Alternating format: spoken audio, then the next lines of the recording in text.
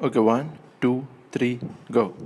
ഈരൻ തേടുന്നീ മാറിക്കാലം പൂക്കൾ നൽകുന്നീ ഓർമ്മത്താളിൽ പാടിത്തീരാത്ത ഗാനം പോലെ നെഞ്ചിൽ നോവേകി മായുന്നു.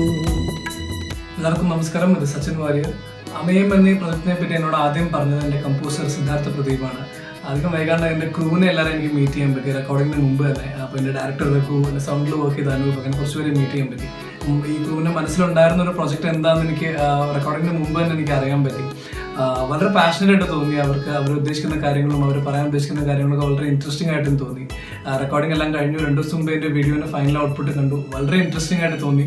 നമുക്കൊക്കെ ഇഷ്ടപ്പെടുന്ന ഒരു നൊസ്റ്റാൾജിക് എലമെന്റ് ത്രൂ ഔട്ട് അതിലുണ്ട്. അതിൻ്റെ പാട്ടിലായാലും ലിറിക്സിലായാലും വീഡിയോയിലായാലും ആ ഒരു എലമെന്റ് മെയിൻറ്റെയിൻ ചെയ്തിട്ടുണ്ട്. എനിക്ക് എല്ലാവർക്കും ഈ വീഡിയോ ഇഷ്ടപ്പെടുന്നു തന്നെയാണ് ഞാൻ വിചാരിക്കുന്നത്.